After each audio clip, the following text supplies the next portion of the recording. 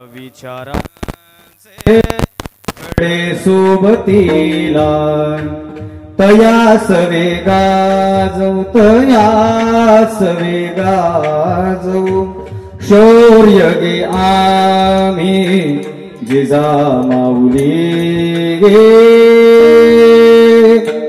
तुला वंदितो मी ज्यासाठी लढले शिवाजी फुले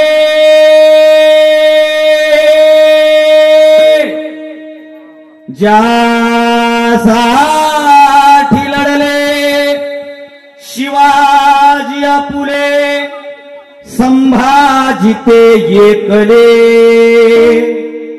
ये साजी लढले रणात पडले तानाजी सममावळे गडाला पण सिंह गेला गडाला पण सिंह गेला वदले छत्रपती जीवा शिवा मदारी महतर ऐसे योद्धे अमर झाले किती गर्वाने उठली शिवश्री काया गर्वाने उठली शिवश्री काया ते हे बहुजनवीर झेंडा राष्ट्रीय स्वाभिमानी भूषण तिरंगा तिरंगा तिरंगा पुला पुंडली गवर्धर विठ्ठल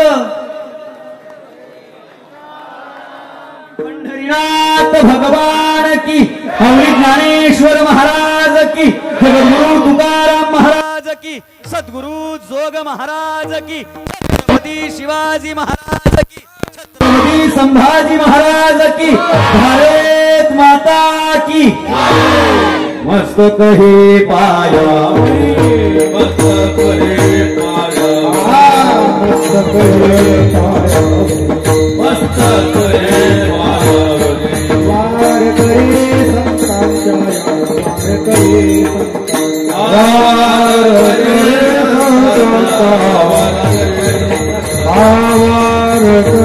संतांच्या वार करे मस्तक हे पाया वैया वार करी संतांच्या वार करी संतांच्या वार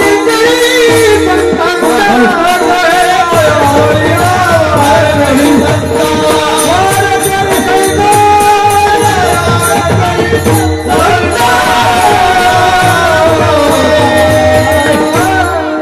वारकरी संतांच्या वारकरी संतांच्या काय सुंदर आहे हे मस्तक नतमस्तक आहे हे मस्तक नतमस्तक आहे सज्जन हो लक्षात ठेवा कीर्तनाच्या सुरू ए दिदे आता बोलू नको माय हे मस्तक कुठंतरी नतमस्तक व्हावं नाही झालं तर कपाळ मोक्ष होण्याची शक्यता जास्त असते फुटण्याची शक्यता जास्त असते हे मस्तक नतमस्तक व्हावं कुठं व्हावं महाराज तर पायावर नतमस्तक व्हावं आणि कुठं पाय नतमस्तक व्हावं पायावर व्हावं कोणाच्या पायावर व्हावं तर संतांच्या पायावर व्हावं मस्तक ठेंगणा करी संतांच्या श्री संताची माथा चरणावरी साष्टांग हे करी दंडवत सगळ्यांनी सांगितलं हे मस्तक नतमस्तक ठेंगणं पायावर संतांच्या पायावर पण याला लागून एक शब्द अत्यंत महत्वाचा आहे कान मन डोळे सगळं उघडं ठेवून ऐका हे मस्तक पायावर आहे संतांच्या पायावर आहे पण त्यातल्या त्यात विशेष वारकरी संतांच्या पायावर हे महत्वाचं आहे बरं कारण वर्तमानामध्ये संत नावाच्या उपाधीवर लई पीक आले माफ करा मला पीक नाही आलं तण आलंय आणि तण पिकाला काळ आहे माझ्या समोर बसलेले सगळे शेतकरी आहेत बरोबर आहे की नाही आपण वावरात फवारायला जातो काय फवारतो हरभरा सोयाबीन कपाशी बरोबर आहे असंच म्हणतात का नाही काय फवारा गेले हरभरा फवारा गेले मग इमानदारीने सांगा, फवारतेत हरभर आणि मरतय काय? शेती माहिती आहे ना? बोला जरा तुम्ही जरा. मरतय काय? तण. तणच का मारायचं? कारण ते पिकाला काळ आहे. तसं संत नावाच्या उपाधीवर वर्तमानामध्ये लई तण आलंय आणि त्याच्यामुळं खरं संतांचं पीक आडवं होण्याची शक्यता वाढली आहे. किती संत आले? पाण्यावर पोहणारा आलाय, तव्यावर बसणारा आलाय. पोरं सोशल मीडियावर ऍक्टिव्ह असतात. एक बाबा आला महाराज, तव्यावर बसला तो, तव्यावर बसून बिड्या फुकू लागला आणि येडे लोक त्याच्या पाया पडू लागले. आता ह्या 15 दिवसापूर्वी एक बाबा बघितला मी, पंख्यामध्ये बोट घालून पंखे थांबविणार आणि त्याचं नावच होता पंखावाले बाबा. लक्षात ठेवा. आणि हे आताच नाही, संतांनी आधीच सांगितलं, पोटासाठी संत झाले कलित ऐसे कैसे झाले भोंदू, कर्म करोनी म्हणती साधू, अंगाला आराक डोळे झाकून करती पाप. हे वाढणार आहे, त्यात काही संशय नाही. पण आमच्या संतांनी डोकं नतमस्तक केलं, पायावर केलं, वारकरी संतांच्या केलं. कोण्या संतांच्या? जे संत वारकरी संप्रदायाचा प्रचार प्रसार आणि वारकरी जीवनामध्ये वारकरी संप्रदायासाठी स्वतःचं जीवन समर्पित करतात ना, त्यांच्या चरणावर हे डोकं नतमस्तक आहे. महाराज, यावेळेस वारीमध्ये आम्ही एका चॅनलचा ब्रॉडकास्ट केला, एका मोठ्या चॅनलचा. आणि त्यात पत्रकारानं मला एक प्रश्न विचारला. तो मला, का हो मी पाहतोय म्हणे पंढरपूरमध्ये या वारीमध्ये सगळी लोक एकमेकाच्या पाया पडतायत, लहान माणूस सुद्धा मोठ्या माणसाच्या पाया पडतोय, ते साहजिक आहे, ती संस्कृती आहे. पण मोठा वयोवृद्ध माणूस सुद्धा लहान्या माणसाच्या पाया पडतोय. आता उगं मोकळं बोलतो. माझी बायको होती ह्याच्यात सोबत वारी, आणि आम्ही फुगडी खेळली आणि फुगडी खेळल्याच्या नंतर बायको माझ्या पाया पडली, मी सुद्धा बायकोच्या पाया पडलो. तो माझा मित्र म्हणला, दादा वहिनीच्या पाया आपण कस काय पडायच्या? म्हणलं, बाबा घरी ती तुझी वहिनी आहे, पण इथं ती माझी बायको म्हणून जरी माझ्यासोबत फुगडी खेळत असली ना, तर वारीच्या वाटेवर ती माझ्यासाठी माऊली आहे, म्हणून आम्ही तिच्या पायाच्या नतमस्तक. पंढरीसी कुणा नाही अभिमान, पाया पडे जन एकमेका. पाया पडायचंय, डोकं मस्तक ठेवायचंय चरणावर, पण वारकरी संप्रदायासाठी स्वतःचं आयुष्य झिजवणाऱ्या संतांच्या चरणावर ठेवायचंय. एरवी हा अभंग मी संतांना समर्पित करत असतो महाराज, पण आज मुद्दाम म्हणून आपलं जे हे निकळक, बरोबर आहे ना, जरा अवघड नाव आहे उगाच, म्हणजे लिहायला सोपं आहे पण म्हणायलाच अवघड आहे. मी सकाळपासून निकळमच म्हणत होतो, नंतर तर एका निळकमळ, ते लक्षातच येणं गेलं माझ्या. आल्यावर मी दत्त भाऊ कोणतरी भेटले, त्यांना म्हणलंच मी, निकळक नावाच्या गावातले जे हे सज्जन माझ्या समोर बसलेत ना, त्यांच्या चरणावर मी हा अभंग समर्पित केला. का? मस्तक हे पायावरी या वारकरी. आता संत नाही पण तुम्हाला भक्त म्हणायला हरकत नाही. त्याची पण 2 कारण आहेत बरं का. 8:29 मी सभा इथं आलो, बरोबर आहे का नाही? कीर्तन मंडपापासून जाऊ लागलो आणि आमची जाता जाता चर्चा झाली. लोक नाहीत झाली, बरं मोकळी चर्चा झाली. म्हणजे लोक नाहीत, भजन तर सुरू होऊ द्या. कारण साऊंड सिस्टीम चांगली झाल्यामुळे काय झालंय महाराज, ह्या मधल्या काळामध्ये, बरं मी जसं कीर्तन करायला लागलो, मी माझ्या आजोबाला विचारलं होतं, त्या जुन्या म्हाताऱ्याने विचारा, त्यांच्या काळामध्ये महाराजाच्या अगोदर लोक येऊन बसायचे. काय म्हणणं आहे तुमचं? महाराजाच्या अगोदर लोक येऊन बसायचे, पण आता तसं राहिलं नाही. आता साऊंड सिस्टीम चांगली झाल्यामुळे आवाज घरीपर्यंत जाते, हा वाजल्याशिवाय नाही म्हणालेत महाराज. बघ त्याच्यात बी फरक आहे बरं. त्याच्यात रुपावळी घरून ऐकते, पुण्यामध्ये रोजच्याच भजण्याची रुपावळी, त्याचा रूपाचा अभंग व्हायचा आणि मग ठोब्बा रोकमाई व्हायचं. काय म्हणते ठोब्बा रोकमाई? असं वाटतंय मोठं ठोब्बा घ्यावं फिरवून टकुऱ्यात घालवायचं. ठोब्बा रोकमाई व्हायचं, मग महाराज यायचं. आता महाराज यायचंच म्हणतात ना, यायचंच म्हणतात का? खरं सांगा बरं. याचा आता सकाळपासून आमच्या संतोष भाऊला 1000 जणांनी विचारले, कुठलं आहे आजचं? आजचं कुठलं आहे महाराज? अरे आलं का नाही? कुठवर आहे ते महाराज? भाषा बदलली, काळ बदलला, जनरेशन गॅप नावाची जी सिस्टम आहे ना, काळ बदलला. जुनी मंडळी विचारा, एकमेकाला जयहरी घालायचे, रामराम घालायचे. कसा रामराम होता तो? कसा जयहरी होता तो? जयहरी बाबा, बाबा जयहरी. आता गावागावामध्ये काही डांबरट लोक असते, जरा पैशाचा माज असते त्यांना. आमच्या पट्यातलं सांगायलो मी, पैशाचा माज, ते आम्हाला कधी कधी जयहरी घालते. जयहरी हो महाराज, महाराज जयहरी म्हणलं. अरे नको ना म्हणू, तुला जर एवढं जीवावर आले तर म्हणू नको ना. आमच्यापैकी कुणी तुझ्या घरी पॉम्पलेट घेऊन आलाय का उद्यापासून आम्हाला सविने जय हरी घालण्यात यावा? कोणीतरी गेलंय का महाराज? एवढे इथं उभे गेले का कधी तुम्ही आम्हाला जय हरी घाला म्हणून? म्हणजे जय हरी कुठे आहे मग आज खेळ? आता हे खेळ आहे का? तुमचं बरं आहे, खाऊन पिऊन दक्षिणा बस ना गाडीत, कळतं तुला? साधी गोष्ट नाही. का बदलत चाललाय हा भाव? कधीतरी समजून घ्या. मला काय बोलायचंय ते, मला काय सांगायचंय ते समजून घ्या. काय होणार मग? महाराज येईल, महाराज इना घेईल, थोडी वेळ येना घेईल, म्हणजे त्याचा रूपाचा अभंग, कीर्तनाचा अभंग, मग चाल होईल, मग नमन होईल, मग महाराज निवांत बोलायला सुरुवात करील. मग जाण्याची काही गडबड करायची आणि मला निवांत उशीर येणारे लोक आवडतील बरं. जगातले सगळ्यात हुशार लोक म्हणजे उशीर येणारे. तुम्ही म्हणताल कसं काय? अंबाजोगाईला 5 मजली बिल्डिंग पडली, वाचले कोण? बोलू का मोकळं? संतांनी जे सांगितलं त्याच्या विरोधात आपलं काम चालू आहे. संतांनी सांगितलंय बाकीच्या ठिकाणी तुम्ही घाई नाही केली हरकत नाही, बाकीच्या ठिकाणी तुम्ही लवकर नाही आलात तरी हरकत नाही, पण परमार्थ नावाची जी गोष्ट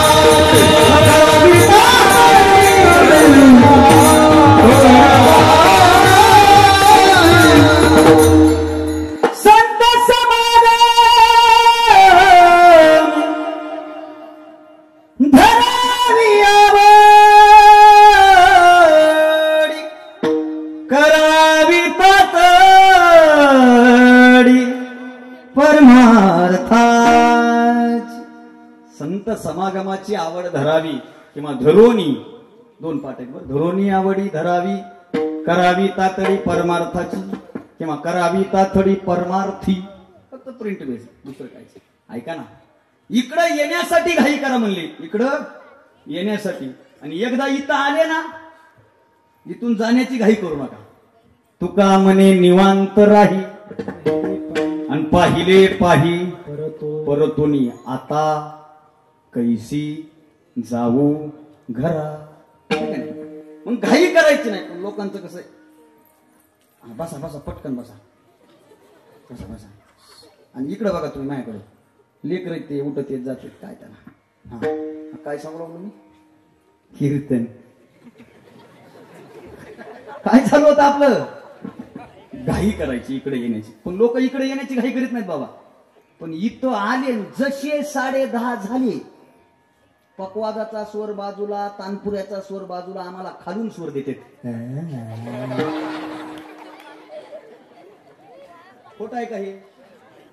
आता माझ्या समोर बसलेल्या 4 जणांना मोठ्यानं जांभळ्या दिल्यात. उठवू का? खरं सांगा तुम्ही, नाव माहित नाही पण उठवू शकतो आपण. एकानं तर रामकृष्ण हरीला सगळं दाखवले. म्हटलं चालू काय? अहो संतांनी फक्त सांगितलं नाही तर माझे तुकोबर आहे म्हणले, आम्ही ती घाई केली. तुका म्हणे तातड करू पाय धरू बळकट, जीव देईन हा बळी आणि करीन होळी संसारी. मी तातड करू, इथं जाऊ, पाय धरू, बळकट धरू, म्हणून इकडे येण्यासाठी जरा घाई असावी एक. आणि दुसरं जे तुमच्या चेहऱ्यावर समर्पित केलं ना अभंग तुम्हाला, ते जरा फ्रेश बसा बरं. तुम्हाला काही टेन्शन आहे का? टेन्शन आहे. मी तुम्हाला आज भजन करा सुद्धा म्हणणार नाही. का माहिती का? तुम्ही घरूनच शाली, रगा, सतरंजा,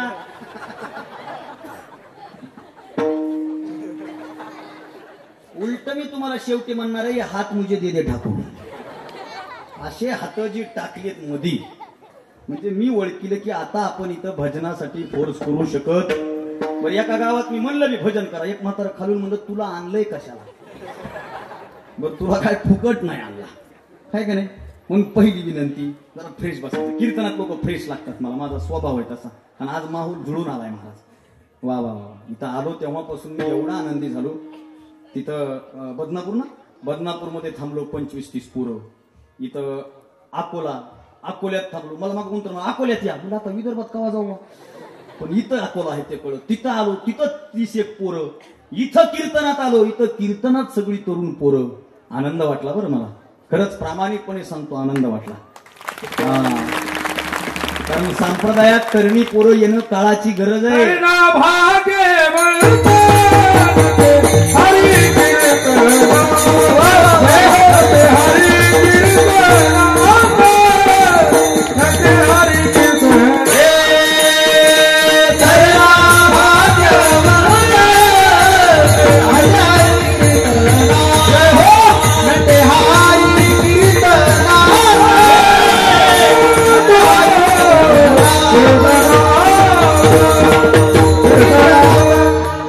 भाग्यवंत नटे हरी कीर्तना. एक वाक्य बोलून जातो मी. तरुणांनी संप्रदायात यावं, कारण तरुण संप्रदायात आला तर तरुण जाईल. परत ऐका, जर तरुण संप्रदायात आला तर तरुण जाईल, नाही तर एखाद्या दिवशी मी बोलत नाही.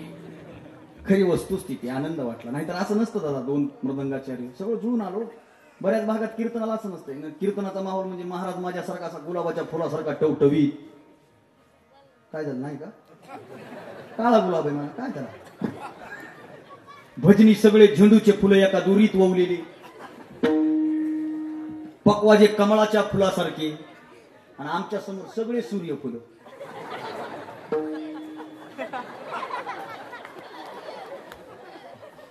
अहो 4 तास कीर्तन केलं एका गावात मी. आणि पुन्हा म्हणलं बरोबर आहे का नाही बाबा? बाबा म्हणले मशीन घरी आज. आलाच कायला बाबा इकडं. तरुण पोरं असले म्हणजे आनंद वाटतो. आणि जरा फ्रेश बसायचं कीर्तन. कारण कीर्तन हे आनंदाची ठेवण आहे ना. आता मी कॉलेज करत करत कीर्तन करतो. कॉलेज करत करत म्हणजे मी BA MA MPhil केलं. आता कोणीतरी भेटलं मला, माझी सध्या PhD चालू आहे. म्हणजे मी शिकलेला महाराज आहे. मी शिकलेला महाराज आहे. आमच्या नक्षत्राचं असं झालं, काहीच जमानं गेले की महाराज झाले.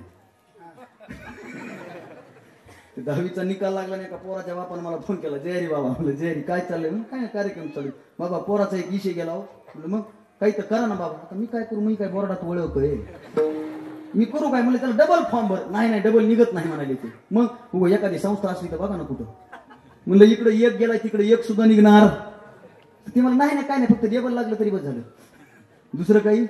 पण आपलं कॉलेज करत करत सगळं चालू आहे. मी नेहमी सांगतो, ज्याच्या आयुष्यात डिप्रेशन आहे ना, आता तरुण पोरं आहेत म्हणून, काही पोरं डिप्रेशन मध्ये, लय डिप्रेशन मध्ये, मेसेज नाही आला तरी मला इतके डिप्रेशन मध्ये. नाही, ज्याच्या आयुष्यात डिप्रेशन आहे, ज्याला वाटतंय आपल्या जगण्याला आता काही खरं नाही, आपण जगू नये, त्या माणसानं वारकरी संप्रदायाच्या सप्त्यात 7 दिवस तन मन धनानं उपस्थित राहायचं. ते 10 वर्ष जास्त नाही जगलं तर आपलं नाव बदलून घ्या. आलं पाहिजे. आणि कीर्तनात आनंदी का राहायचं? कीर्तनात लोक का फ्रेश पाहिजे? मला माझं वैयक्तिक कारण सांगतो तुम्हाला. एकमेव कारण आहे. कीर्तनात लोक का फ्रेश लागतात माहिती का? बोलणाऱ्याला उत्साह येतो. नाही तर लोक असे बसते जसं काय आता 11 वाजता मला फुकायचे मैताला गेल्यावर. ते इकडं मैताला भाषणाची पद्धत आली का? डेंजर कार्यक्रम.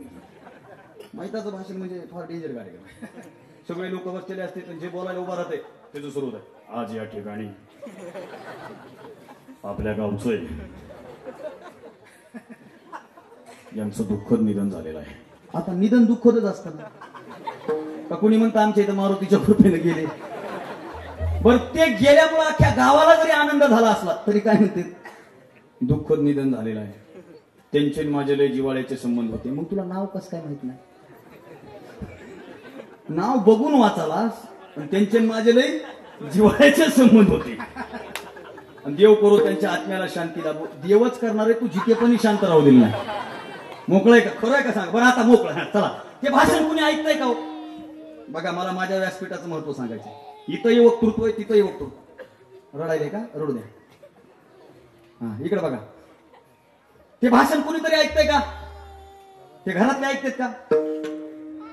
पाहुणे रावळे तर लांब बसते, तर काय सोयाबीनला भाव चर्चा करतील मोसन वाट्यात. पाहुण्याला टेन्शन आहे का? खरं सांगा इमानदारी. माझ्या गावात एका मैतामध्ये लग्नाची बोली करू लागली, मोसन वाट्यात बसून. पोरगी आहे का बघा कुठं? अरे गेला फुकारा आधी चालू काय नेमकं? मग ते असा पेटतोय ते बोलणारा. बरं ते ऐकणारे नीट ऐकतात का? पाहुणे रावळे तर काय, पाहुणे रावळे लांबून म्हणतात आटप पटकन. ती एसटी गेली की दुसरी एसटी गावायची नाही, आटप. मी आला तो वेळेला शहाणा नव्हता, लोक नाव ठेवतात म्हणून आलोय. ऐका दादा, स्मशानात बोलणं, स्मशानात ऐकणार आहे, स्मशानात ज्याची चिता पेटवायची त्याच्या संदर्भानं बोलायचंय, स्मशानात बोलायचंय, स्मशानात कोणाच्या तरी संदर्भानं बोलायचंय आणि स्मशानात ऐकायचंय. पण स्मशानातल्या बोलणाऱ्यामध्ये बोलणाऱ्याला किंमत नाही, ऐकणाऱ्यालाही किंमत नाही, आणि ज्याच्या संदर्भानं बोलायचंय त्याला सुद्धा किंमत नाही. पण या जगाच्या पाठीवर एकमेव असं व्यासपीठ आहे जिथं बोलणाऱ्याला किंमत आहेच, पण त्याच्यापेक्षा अधिक किंमत ऐकणाऱ्याला आहे. ते व्यासपीठ म्हणजे हे व्यासपीठ. प्रभू तुम्ही महिषाची मूर्ती. या व्यासपीठावर बोलणाऱ्याला किंमत आहे, ऐकणाऱ्याला किंमत आहे, आणि ज्या देवाच्या संदर्भानं बोलायचंय त्या देवापेक्षा किंमतवान या जगाच्या पाठीवर दुसरं कोणीच नाही. म्हणून इथं आनंद असावा. कीर्तनात का आनंद असावा? कारण कीर्तन जिथं असतं ना तिथं भगवंताचं वास्तव्य असतं, तिथं भगवंत उभा असतो. उभा जेथ कीर्तनाची जागा तेथे पांडुरंग. साधी गोष्ट आहे, साधी एक गोष्ट सांगतो मी तुम्हाला. आपल्या गावाकडे इकडं आहे का नाही माहित नाही, पण आमच्या भागामध्ये ना गावागावात रामायण होतं. रोज रामायण, रोज संध्याकाळी मारुतीच्या मंदिरावर रामायण असतं. एक वाचणारा असतंय, एक सांगत. आता आपल्या तर सत्यातच भावार्थ रामायण आहे, पण आमच्या चालू आहे ना, पण आमच्याकडे पद्धत आहे महाराज रात्री रोज रात्री असते रामायण. आणि त्या रामायणाला एक वाचक असते, एक सांगणार असते. मग गावातल्या काही महिला मंडळ ऐकायला जातात. फक्त आता महिला मंडळाची फॅशन बदलली. जाताना ते आपलं कापसाचं एक असं काय म्हणू त्याला गट्टू घेऊन जातात, कापूसच घेऊन जातात, बसतात. मग इकडे रामायण सुरू होतंय, सांगणारे असे तल्लीन होऊन सांगते, हे इकडे सुरू करते. मग इतकी कथा रंगती का नाही बाबा बाबा. मग ते रामायणाचार्य म्हणते, आणि हनुमंतराय रावणाच्या लंकेत गेलेले. लगेच ते कापूस उचलाय. हनुमंतराय आणि रावण समोरासमोर आलेले. हनुमंतरायाचा आणि रावणाचा संवाद चालू असताना हनुमंतरायाला बसण्यासाठी आसन दिलं नाही. शेवटी हनुमंतरायाच्या शेपटीला आग लावण्याचं रावणानं ठरवलं. मग हनुमंतरायांनी सुद्धा आपली कलाकृती दाखवली. हनुमंतरायाची शेपटी वाढत चालली आहे,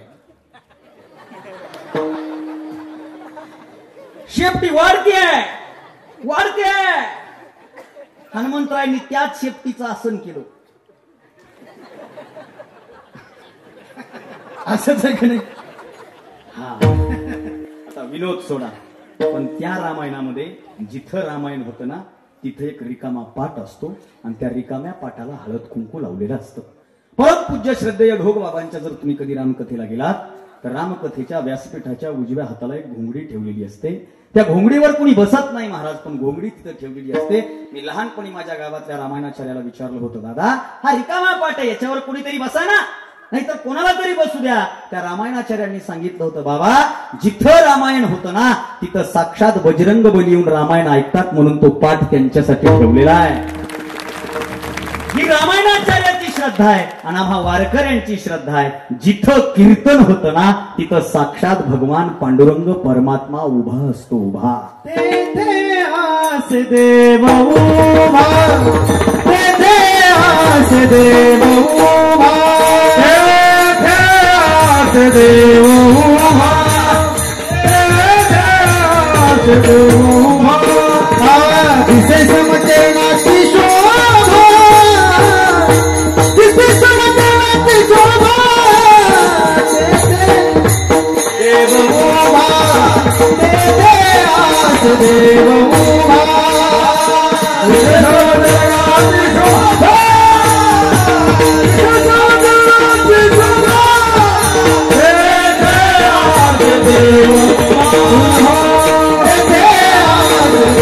उभा. भक्त गाती जेथे नारदावी उभा, तेथे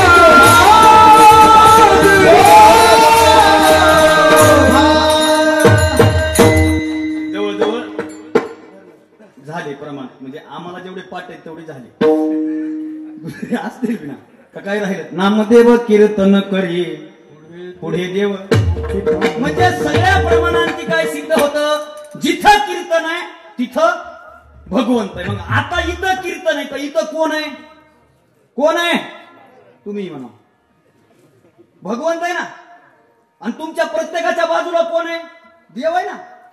बघू नका लगेच एका गावात म्हणलं प्रत्येकाच्या बाजूला देव आहे ते खाली म्हणलं महाराज तू पहिल्यांदा गावात आला म्हणून तू ह्याला देव म्हणाला तुला ह्याचे कारनामेच माहित नाहीत मला कोणाचेच कारनामे ऐकायचे नाही. ते मनातल्या मनात म्हणलं नाईलाज झालाय म्हणून ह्याच्या बाजूला बसलोय आज. बरं तसा विचार केला तर तुमच्या बाजूला बसलेल्या माणसामध्ये देव नाही का. लई वर्ष झाले 41 वर्ष झाला आपण परमार्थ करतोय सप्ताह करतोय. दुर्दैव काय माहितीये का दगडातला देव शोधण्याच्या नादात आम्ही आमच्या माणसातला देव विसरलो. हे जगातलं सगळ्यात मोठं दुर्दैव सगळ्यात मोठं. तुमच्या बाजूला माणूस बसला त्याच्यात देव नाही.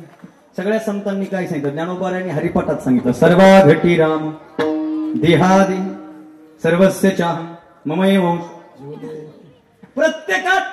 पण लोकांनी देवाला मंदिरापुरतं मर्यादित केले. वेळ नाही माझ्याकडे पण तरी बोलतो. इमानदारीनं सांगा तुमच्या गावात लोक मंदिरात चांगलं वागतात का मंदिराच्या बाहेर सांगा तर काय सांगा. पण मंदिरात लोक लई बाबा बाबा मी काही लोकांची चाल सुद्धा मंदिरात जाताना बघित असं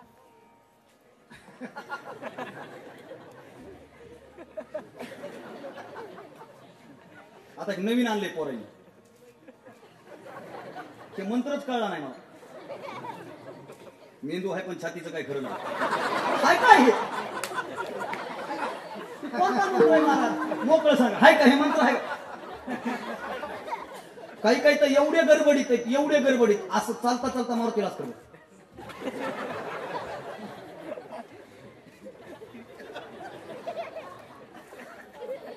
काय पद्धती बदलल्या. विनोद सोडा 2 मिनिटं गाडी स्टँडवर लाव मधी जा मारुतीला नमस्कार करून बाहेर ये. सांगता येत नाही तर 2 मिनिटं इथं नाही थांबलास तर तिथं गेल्याच्या नंतर धडकून पडशील. ते वाचायचं असेल तर इथं थांब जाणं 2 मिनिटं मध्ये. पद्धती बदलल्या. मंदिराच्या पुढे लोक बाबा लय ते आम्ही एका गावात गेलो महाराज आणि आमची गल्ली बारीक होती रस्ता एकच गाडी क्रॉस होत होती. आम्ही आपलं सरळ म्हणून समोर एक चोल लागलं आणि त्याचे दोन्ही डायनामे गेले होते दोन्ही उडालेले होते. ऐकूच येईना त्याला हरण वाजवायलो पण ते काय वाजव आणि चलत चलत ते बिडी ओढू लागलं. आता तुमच्या भागामध्ये बिडी वगैरे माहित नाही गावात कुणीच ओढत नाही म्हणून सांगतो बिडी नावाच्या काय झालं तुम्ही हसले त्याच्यानं ओळखील मी रोज किती कट्टे इकायले तिथं ते बिडी वडीत वडीत निघालं आम्ही गाडी थांबवली मंदिर आले की बिडी अशी धरली पुढे गेलो पुन्हा धुपण सुरू केलं. बाबा काय चालू आहे म्हणलं बहिर होतो तू मला म्हणलं देऊ का बहिर त्याला म्हणलं बाबा काय चालू काय नाही म्हणलं वायगुळा आहे म्हणून ओढत ओढत चालू आहे म्हणलं. म्हणलं तिथं मंदिरापासून बाबा तिथं कसं काय वाडा का तिथं कोण आहे देव आहे आणि इथं कोण बघालय. सज्जन हो माझा विनोद सोडा पण आम्ही देवाला फक्त मंदिरापुरतं मर्यादित केलं म्हणून मंदिरात आम्ही सज्जनपणाचा हाव आणतो पण मंदिराच्या बाहेर गेल्याच्या नंतर आमचा दुर्जन भाव कुठून जागा होतो याचं आत्मचिंतन करा. याचं आत्मचिंतन करा. बाजूच्या मध्ये देव सगळीकडेच व्याख्याच आहे विठ्ठल जळी स्थळी रिता ठाव नाही नाजम्या दृष्ट विठ्ठल विस्तारला